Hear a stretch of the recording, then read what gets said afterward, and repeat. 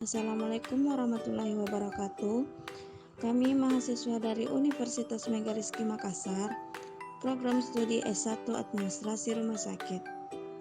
Video ini dibuat untuk menyelesaikan salah satu tugas kelompok di mata kuliah penyuluhan kesehatan dengan dosen pengampu Ibu Momen Amalia SKM MKes. Kami dari kelompok 4 terdiri 4 anggota yang masing-masing bekerja sama untuk memenuhi tugas ini. Tapi sebelum kami membahas lebih lanjut, izinkan kami memperkenalkan diri terlebih dahulu. Perkenalkan, nama saya Nuriski Putri Hatira, NIM B1B1190027. Di sini saya sebagai pembaca pertama. Perkenalkan, saya Ismawati Kenas, NIM B1B1190006. Di sini saya sebagai pemateri kedua. Baiklah, perkenalkan saya Putri Zalika Sarbilila, NIM B1B1190023 sebagai moderator dan juga sebagai pemateri ketiga. Perkenalkan, nama saya Dian Reski Awaliyah Putri dengan NIM B1B1190013 sebagai pemateri keempat. Kami dari kelompok 4 akan membahas tentang stunting. Maka dari itu, untuk mengefisienkan waktu, langsung saja inilah video presentasi dari kami. Baik, saya sebagai pemateri pertama akan menjelaskan apakah itu stunting. Stunting merupakan sebuah masalah kurang gizi kronis yang disebabkan oleh kurangnya asupan gizi dalam waktu yang cukup lama. Hal ini menyebabkan adanya gangguan di masa yang akan datang, yakni mengalami kesulitan dalam mencapai perkembangan fisik dan kognitif yang optimal. Anak stunting mempunyai intelligence quotient atau IQ lebih rendah dibandingkan rata-rata IQ. Tahukah kamu, status Indonesia masih berada di urutan keempat dunia dan urutan kedua di Asia Tenggara terkait kasus balita stunting. Diketahui, jumlah kasus stunting di Indonesia pada tahun 2019 mencapai 27,67%. Angka itu berhasil ditekan dari 37,8% pada tahun 2013.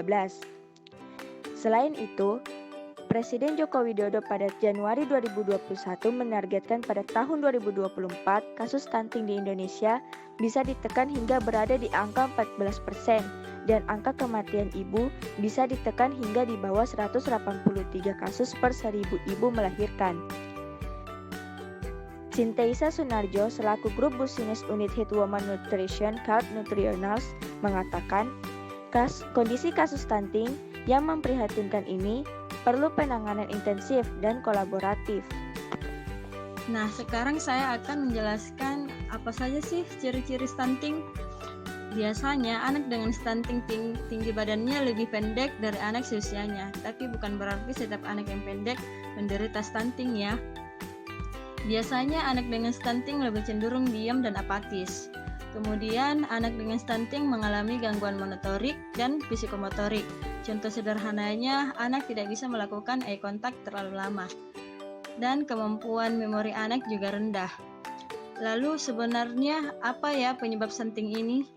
Terdapat beberapa faktor, diantaranya adalah lingkungan khususnya sanitasi yang tidak bersih. Kemudian kurang terpenuhinya gizi seimbang. Kemudian pola asuh orang tua yang tidak sesuai dan juga faktor ekonomi. Sekarang ada dampak stunting. Nah, di sini dampak stunting sendiri terbagi atas dua, yaitu dampak jangka pendek dan dampak jangka panjang. Nah, dampak jangka pendek ini adalah dapat dilihat langsung dari anak yang mengalami stunting itu, seperti terganggunya perkembangan otak balita, kemudian pada gangguan pertumbuhan fisik balita, dan gangguan metabolisme pada tubuh anak, karena mungkin imunnya lebih rendah dan jadi mudah sakit. Dan untuk jangka panjangnya, yaitu risiko mengalami obesitas pada pertumbuhan anak, ia bukan tumbuh ke atas, tapi malah tumbuh ke samping atau gemuk, dan mudah terkena penyakit lain. Dan kapasitas belajarnya pun juga kurang optimal, jadi dia tidak sepandai anak-anak seusianya. Selanjutnya, upaya penanggulangan stunting. Yang pertama itu edukasi kesadaran ibu tentang ASI eksklusif selama 6 bulan. Yang kedua, edukasi tentang MPASI yang beragam. mulai dari umur 6 bulan sampai 2 tahun. Yang ketiga itu intervensi mikronutrien melalui fortifikasi dan pemberian suplemen. Yang keempat itu iodisasi garam secara umum. Yang kelima intervensi untuk pengobatan malnutrisi akut yang parah. Dan yang terakhir, intervensi tentang kebersihan dan sanitasi. Berikut faktor resiko stunting. Yang pertama itu status gizi. Status gizi sangat penting untuk memenuhi nutrisi anak yang di dalamnya terdapat kandungan protein, zat besi, karbohidrat, kalsium, dan zinc. Selanjutnya, yang kedua, kebersihan lingkungan. Kebersihan lingkungan juga menjadi penyebab tidak langsung dari stunting, karena ketika lingkungan tidak memiliki sanitasi yang bersih, maka akan berisiko menimbulkan infeksi pencernaan seperti diare. Seperti yang diketahui, stunting bisa terjadi tak hanya karena kekurangan nutrisi, namun juga infeksi yang berulang-ulang. Yang ketiga itu makanan pendamping ASI.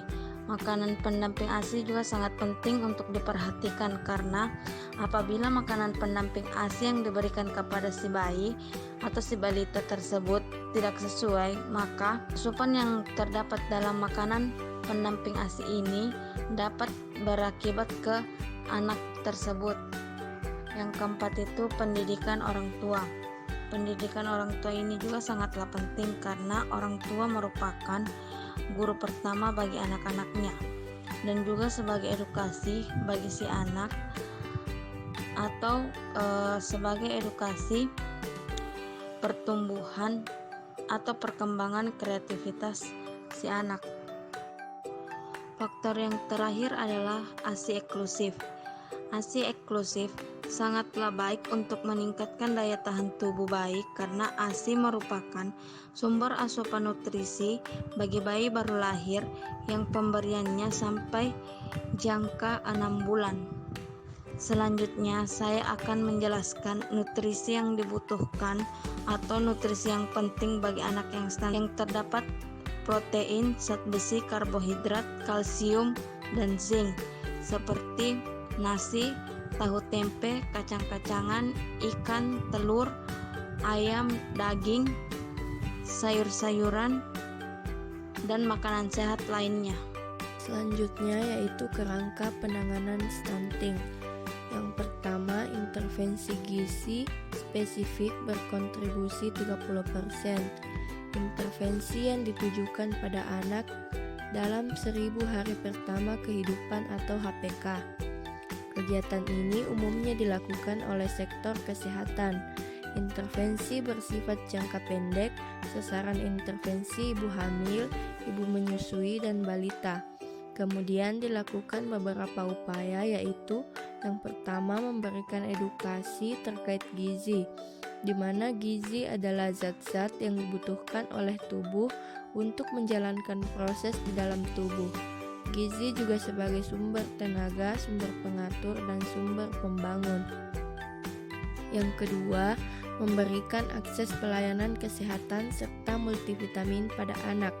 Posyandu adalah pelayanan kesehatan dasar, kesehatan keluarga dalam aspek pemantauan tumbuh kembang anak. Pada pelayanan ini pula diberikan vitamin, imunisasi, dan campak. Yang kedua, intervensi gizi sensitif berkontribusi 70%. Intervensi ditujukan melalui kegiatan pembangunan di luar sektor kesehatan. Sasarannya adalah masyarakat. Sangat erat kaitannya dengan pembangunan manusia, khususnya masalah stunting pada anak. Jadi bukan hanya soal gizi baik, bukan hanya soal asupan gizi pada ibu hamil, tetapi penyediaan air minum dan sanitasi layak mempunyai share yang besar untuk membantu mencegah stunting pada anak. Yang kedua, memberikan kegiatan belajar di usia dini. Nah, jika dikaitkan dengan stunting, apakah peran PAUD berkualitas untuk dapat mencegah stunting? PAUD berkualitas terdiri dari 3 elemen. Yang pertama, proses pembelajaran kemitraan atau kerja sama dengan orang tua. Yang kedua, pemantauan layanan kesehatan gizi. Yang ketiga, perlindungan pengasuhan dan kesejahteraan sumber daya yang memungkinkan 3 hal sebelumnya terwujud. 3 pelayanan tersebut dipercaya mampu membantu pencegahan atau mitigasi stunting pada anak. Kemudian yang selanjutnya yaitu upaya pencegahan stunting, yaitu yang pertama, Zero Hunger Strategy, yaitu strategi yang mengkoordinasikan program dari 11 kementerian yang berfokus pada yang termiskin dari kelompok miskin. Memang tidak semua orang miskin anaknya stunting, tapi sebagian besar stunting itu diakibatkan karena kemiskinan. Oleh karena itu, kemiskinan harus ditangani. Apalagi di masa pandemi COVID-19, angka kemiskinan juga mengalami peningkatan. Oleh karena itu, pemerintah menggelontorkan berbagai stimulus agar kemiskinan dapat teratasi. Kemudian yang kedua yaitu Dewan Nasional Pangan dan Keamanan Gizi memonitor, yaitu strategi untuk memperkuat pertanian keluarga, dapur umum, dan strategi untuk meningkatkan makanan, sekolah, dan promosi kebiasaan makanan sehat. Oleh sebab itu, pemerintah mengeluarkan bantuan sosial agar tidak terjadi kekurangan gizi pada masyarakat.